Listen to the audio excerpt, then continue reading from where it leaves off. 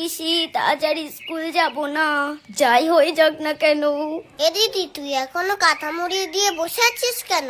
তুই কি স্কুলে না যাবার ধান্দা খুঁজছিস? না রে, শরীরটা কেমন কেমন লাগছে। এ দিদি, জানিস আমি না একটা ম্যাজিক শিখেছি। তোর হাতটা দে।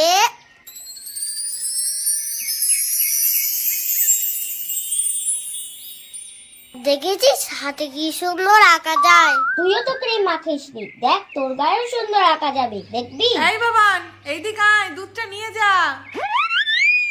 এই তোর দিদি এখনো কি করছে ওই ঘরে?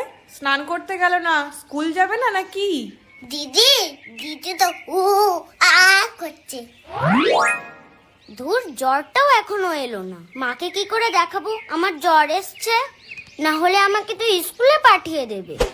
এ দিদি, তুই দুধ খাবি না? হ্যাঁ, দে দেখি। আমারটা দেবো কেন? তুই তোরটা নিয়ে আয়। আরে দে না, আমিও একটা ম্যাজিক করব। তুইও ম্যাজিক পারিস? এই নে। তুই এটা কি করলি? তোর বগলে দেওয়ার জিনিস তুই আমার দুধে গ্লাসে ডোবালি। আমি তোকে বিকেলে খাবার কিনে দেব। কেন, আমি খেতে পাই না? বলেই দেবো মাকে। প্লিজ প্লিজ, তুই বলিস না, তুই যা বলবি আমি তাই করে দেব।